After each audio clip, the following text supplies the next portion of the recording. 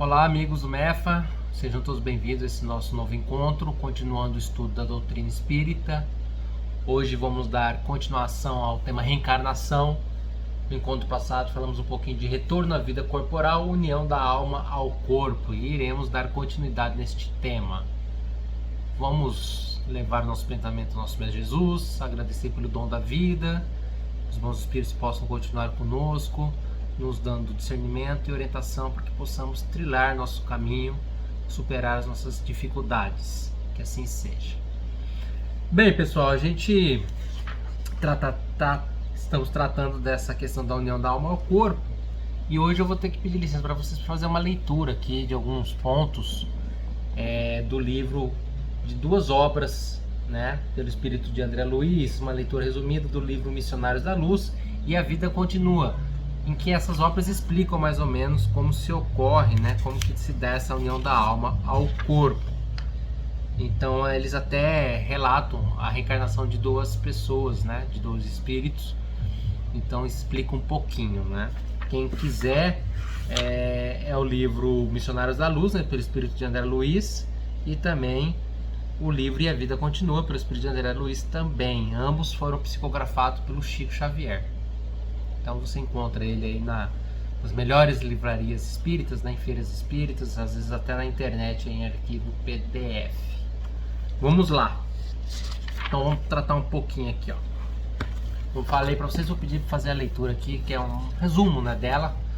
Rapidamente tratar dela aqui, fazendo um pouco de leitura e a gente tratando especificamente aqui. Os processos de reencarnação estão subordinados à evolução do espírito reencarnante. Então esse ponto aqui nós já tratamos, é importante reforçar. Então a reencarnação vai ocorrer individualmente, e de acordo com a evolução de cada um. Então a reencarnação ela está muito ligada à nossa vida pretérita. Então o que nós estamos plantando hoje vai dizer muito sobre a nossa próxima reencarnação de quando estivermos na erraticidade. Há companheiros de grande elevação que, ao voltarem à esfera mais densa em apostolado de serviço e iluminação, quase dispensam o nosso concurso. É o concurso de quem ajuda a reencarnar. Os irmãos nossos, contudo, procedentes de zonas inferiores, necessitam de cooperação muito mais complexa que é exercida no caso de Segismundo. Segismundo é aquele caso que eles estão relatando nessa obra. A reencarnação de Segismundo obedece às diretrizes mais comuns. Traduz a expressão simbólica da maioria dos fatos desta natureza, porquanto nosso irmão pertence à enorme classe média dos espíritos que habitam a crosta, nem altamente bons, nem conscientemente maus. Então o que é importante aqui desse relato é que vai depender muito da nossa condição, Então se é um espírito homicida, se é um espírito que fez aborto, suicida, vai ter um aspecto bem diferente na hora de reencarnar, Um espírito elevado vai ter outra abordagem. A média aqui de nós, humanos, também tem uma forma de reencarnar, mas é um processo muito individualizado, vai depender da trajetória de cada um.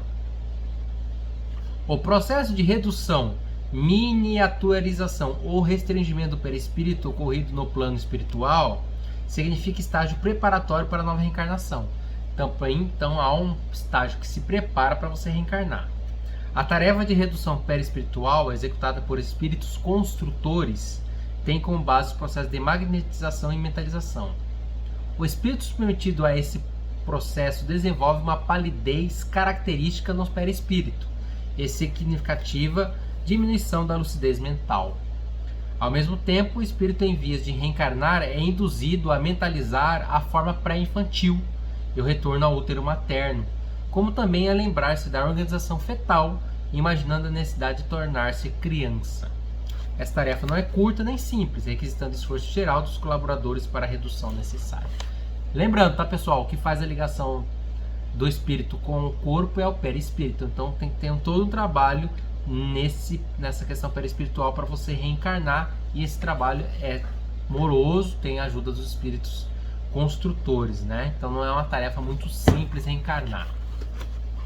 Então para o espírito que está lá na erraticidade, quando estivermos lá, que a gente vai estar em casa, a gente ainda provavelmente não vai querer muito reencarnar, Às vezes fica aquela, meu Deus, vou ter que voltar para esse planeta Terra, pandemia, tudo mais, Brasil, fome voltando, eterna briga política, as pessoas preocupadas muito mais com individualismo, tudo, né? Mas fazer o quê? Tem que reencarnar, né? Se a gente não deu conta ainda de se melhorar moralmente, intelectualmente, o reencarne é fundamental para que a gente possa evoluir. Um colaborador espiritual é designado para acompanhar a reencarnação do espírito. Então, pessoal, não é uma tarefa que o espírito faz sozinho. Tem um colaborador, tem os espíritos construtores para auxiliar. Até que ele atinja 7 anos após o renascimento, ocasião em que o processo reencarnacionista estará consolidado. Então, até os 7 anos finaliza essa reencarnação, 7 anos de idade, depois de você vivo aqui. E aí vai ter um espírito colaborador ajudando. Depois desse período, a sua tarefa de amigo e orientador será amenizada, visto que seguirá o nosso irmão em sentido mais distante. Tomará todas as providências dispensáveis à harmonização, organização fetal, seja auxiliando o reencarnante, seja defendendo o templo maternal contra o assédio das forças menos dignas. Então tem um espírito aí que vai colaborar com a reencarnação. Não se esqueça, tá, pessoal? A gente tem sempre um espírito que está conosco, que é o nosso anjo da guarda, que vai nos acompanhar. E ainda temos, né, os mentores espirituais, aqueles que a gente, né, tem mais proximidade para nos auxiliar no trabalho, auxiliar nas questões aqui terrenas, tá? Então também há esse espírito colaborador que vai acompanhar todo esse processo reencarnatório. Em relação à herança genética, então sim, né, a herança genética, a questão material do corpo físico pesa. Em relação à herança genética, o organismo dos nascituros, em sua expressão mais densa, provém do corpo dos pais. Então, claro que vai pesar. Que lhes entretem a vida e lhes criam os caracteres com o próprio sangue. Todavia, em semelhante imperativo das leis divinas para o serviço de reprodução das formas, não devemos ver a subversão dos princípios da liberdade espiritual imanente na ordem da criação infinita. Por isso mesmo a criatura terrena herda tendências e não qualidades. As primeiras cercam o homem que renasce, desde os primeiros dias de luta, não só em seu corpo transitório, mas também no ambiente geral, a que foi chamado a viver, aprimorando-se. As segundas resultam do labor individual da alma reencarnada na defesa, educação e aperfeiçoamento de si mesma, nos círculos benditos da experiência. Em relação à influência genética no corpo de Segismundo, encontramos o seguinte esclarecimento do benfeitor Alexandre e André Luiz. São os benfeitores que acompanharam esse reencarno do Segismundo. O Alexandre especialmente foi espírito colaborador. A forma física futura de nosso amigo Segismundo dependerá dos cromossomos paternos e maternos. Adicione, porém, a esse fator primordial a influência dos moldes mentais de Raquel, genitor de Segismundo, a atuação do próprio interessado, o concurso dos espíritos construtores, que agirão como funcionários da natureza divina, invisíveis ao olhar terrestre, o auxílio afetuoso das entidades amigas que visitarão constantemente o reencarnante nos meses de formação do novo corpo e poderá fazer uma ideia de quem venha a ser o templo físico que ele possuirá. Então, pessoal, são vários, né? Tem vários fatores aí, né? Tem a questão da evolução do espírito para vir, né? A prova que ele vai submeter. Então, qual prova que eu vou ter liberalidade para realizar meu projeto reencarnatório? Ou ele vai ser imposto? Eu vou escolher a prova, talvez uma prova de uma limitação física tremenda que eu precise passar. Qual prova? Vou nascer numa família rica, pobre? Qual prova que é necessária? Aí tem as questões, né, dos meus pais. Eu tenho afinidade com eles, eu estou vindo com a mãe que eu tenho que resolver problemas. Entendeu? Como tem essa questão também física dos cromossomos da genética aqui. Então é uma variável, entendeu? Vocês estão vendo que o reencarne, né? Esse retorno à vida corporal, essa união da alma ao corpo não é coisa simplória, é muito individualizada, cada espírito é uma história, e aí assim vai. Hoje é meu cachorrinho que está ali, então vocês estão vendo, aquela ali é a Frida, que veio aqui presenciar. Tem dia que é o gato, tem dia que são os cachorros, aqui em casa tem um pouco de tudo. Continuando ainda nessa análise aí, fazendo as partes finais dessa questão do retorno da vida corporal, a obra que a gente tá seguindo, né, que é esse compêndio, né, do estudo sistemático estudado da doutrina espírita pela Federação Espírita, ele fala um pouquinho do processo da concepção e fecundação, tá? Concepção e fecundação, como que ocorre. Ele cita principalmente o livro Entre o Céu e a Terra, também do André, psicografado pelo Chico, e Missionários da Luz. Aqui é interessante, ele faz, né, ele trata um pouquinho como se dá o processo de concepção ou fecundação, tá ok? Ele faz uma observação bem interessante aqui. Maternidade é sagrado serviço espiritual em que a alma se demora séculos, na maioria das vezes aperfeiçoando qualidades do sentimento. Você vê como maternidade é importante. Então, é importante a gente fazer o adendo que em atendimento a certas suposições de planejamento reencarnatório, o processo de fecundação, pessoal, ele pode ser conduzido por orientadores espirituais, tá? Até a fecundação, a escolha do processo tem uma influência espiritual. Então, também na concepção da fecundação há um trabalho dos espíritos construtor e do espírito colaborador ali junto, né? Para fazer essa concepção. E na gravidez, na gestação, também aqui interessante, faz alguns pontos essa literatura, né? O livro Missionário da Luz, A Vida Continua, ele trata um pouquinho que a mulher grávida, né? Além do serviço orgânico, a entidade que reencarna, ela presta serviço orgânico ali, né? Alimenta, tem os sentimentos, tudo. A mulher grávida é igualmente constrangida a suportar-lhe o contato espiritual, que sempre constitui um sacrifício quando se trata com escuros débitos de consciência.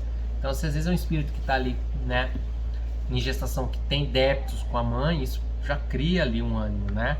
A organização feminina durante a gestação sofre verdadeira enxertia mental. Os pensamentos do ser que se acolhe ao santuário íntimo envolvem-na totalmente, determinando significativas alterações em seu cosmo biológico, né? Então a gestação tem um impacto muito grande, né, para a mulher. E não seria diferente, tem um outro espírito ali. E esse espírito às vezes tem muitos débitos com essa mãe, né? Por isso que o esquecimento, né? A gente nunca pode esquecer que o esquecimento, o processo de esquecimento para a reencarnação é uma bênção, né? Porque com certeza, se a mãe já tivesse ali ciência de que espírito, quais os débitos que aquele espírito tem para reencarnar ao lado dela, às vezes alguém que foi homicida dela, abusou dela, fez inúmeras situações, ou ela mesmo fez barbáries com aquele espírito e agora ela vai ser mãe daquele espírito e vice-versa, né? Então, por isso que o esquecimento, essa sempre chance nova aí. Então, nós finalizamos, né, esse item que nós começamos no encontro anterior, da união da alma ao corpo. No próximo encontro nós continuaremos falando de reencarnação, tá? Não finalizou ainda, esse tema é bastante longo e bastante interessante, né? É um dos pilares da doutrina espírita, né? É o que eu falo, não tem como você se considerar um estudioso da doutrina espírita, se identificar como espírita e não compreender a reencarnação, não acreditar na reencarnação. Diferente das outras igrejas, as outras convicções cristãs, né? Os católicos e evangélicos não têm a reencarnação, mas nós temos ela como pedra angular da nossa doutrina, tal qual os budistas também a reconhecem. Então, para a gente finalizar o encontro, hoje ficou um encontrinho um pouco menor, mas a gente finalizou esse parte do tema, né? Vamos fazer aqui uma leitura de Jesus e Atualidade, né? Livro Joana de Ângeles, como sempre. Aqui a gente vai falar um pouquinho hoje, Jesus e decisão. Queixas-te dos problemas que te aturdem e os relaciona, ignorando ou tentando desconhecer que estás na Terra para aprender, resgatar, reeducar-te. Então, tá falando, né?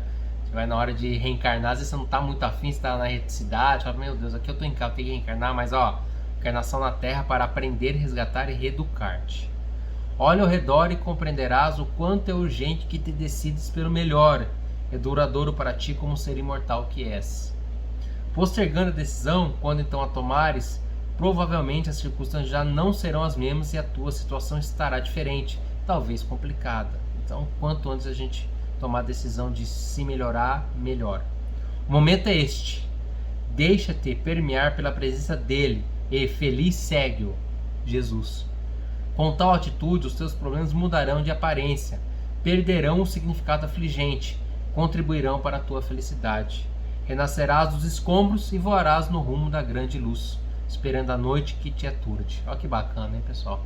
Então, quanto nós tomarmos a decisão, não ficar postergando, de a gente, né, buscar no Evangelho de Cristo, a compreensão de Cristo, para a gente se reeducar, aprender, resgatar, ver de outra maneira os nossos problemas, talvez não dimensionando como dimensionamos, né?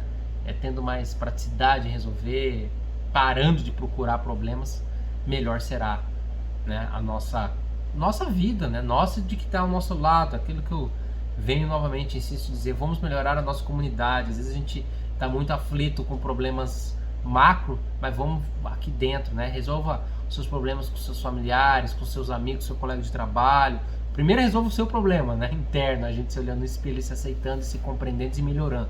E ali dentro do seu círculo familiar, depois dentro do seu círculo de trabalho, do seu círculo do colégio, da faculdade, do seu círculo religioso, um pouquinho que a gente ir melhorando dentro desses círculos. Se cada um fizer a sua parte, a nossa comunidade vai melhorar muito. Beleza? Muito obrigado por esse novo encontro. O centro já está trabalhando, né, com um horário marcado. A vacinação aqui na cidade de Dourados tem avançado muito. Eu acho que, apesar que já estamos, né, praticamente aí no mês de outubro, final de ano, este ano não retoma as atividades de aula presencial, tudo, mas eu acho que no futuro próximo, aí, o ano que vem, a gente vai poder retomar um pouco mais próximo essa atividade. Reitero para todos se vacinarem. A ciência, acredite na ciência, o espiritismo fala da ciência e eles caminham juntos. Não há antagonismo entre ciência e espiritismo, eles se completam. A vacina está aí, a pandemia veio como lições, né? Mas a gente está num momento de evolução como planeta tecnológico que nos permitiu alcançar a vacinação, né? A gente tem visto relatos tristes, pessoas que por intervenção ideológica não têm se vacinado, e isso tem custado um alto preço para essas pessoas e para os seus familiares. Então vamos se vacinar aí, pessoal, não se protelem não, vamos nos cuidar. Um abraço a todos, muito obrigado pelo esse novo encontro, fiquem com Deus, que Jesus nos abençoe de sempre.